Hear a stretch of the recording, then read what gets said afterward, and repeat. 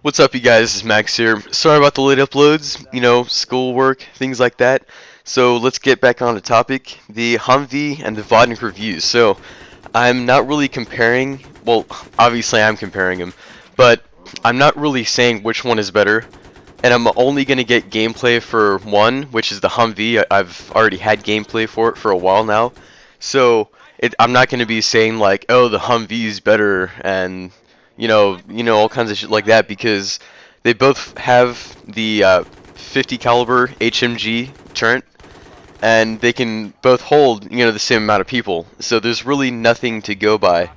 One thing I will do is say that they can deflect small arms fire, as in M16 fire, anything like that, but not other machine gun fire. And when I say machine gun, I'm not including the light machine guns that the support guys can carry. I'm talking about the machine guns as in from the turrets on tanks, or turrets from simply other transport vehicles like the buggies and such like that. So also explosions. One thing I learned from Rival X Factor is that if you toss a frag under a door or whatever it is that you're just toss a frag onto the Humvee or the Vodnik, and the doors can blow off, and it'll reveal the whole inside of the cabin or the cab, and you can just gun down anybody that's inside the vehicle.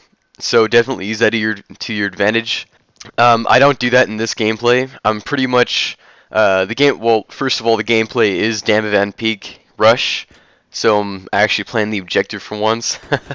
I play the objective, but I just like quick gameplay that I can do on the weekends, so that's why I rely on Team Deathmatch, which is good. But I'm pretty much covering the first set of objectives from the hilltop that you spawn on the US side in the turret. Do get kind of overrun a couple times, but I kind of hang tight and work my way past the obstacles. So the similarities between the Humvee and the Vodnik is that they're great for transporting infantry, but the one thing that kind of lacks, that's why they're such underrated vehicles, is because of their speed.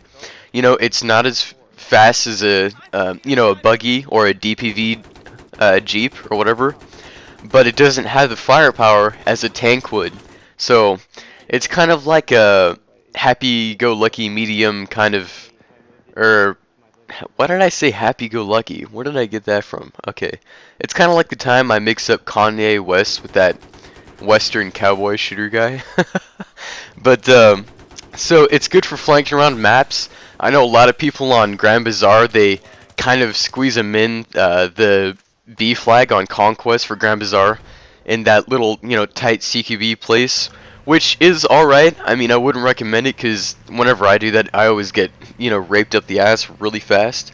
Definitely use the turret to your advantage. I mean, it does have a lot of anti-infantry capabilities. Obviously, you're not going to be able to take out a tank, but it still is pretty useful. So I hope you guys enjoyed. Rate, comment, subscribe, and most importantly, happy killing.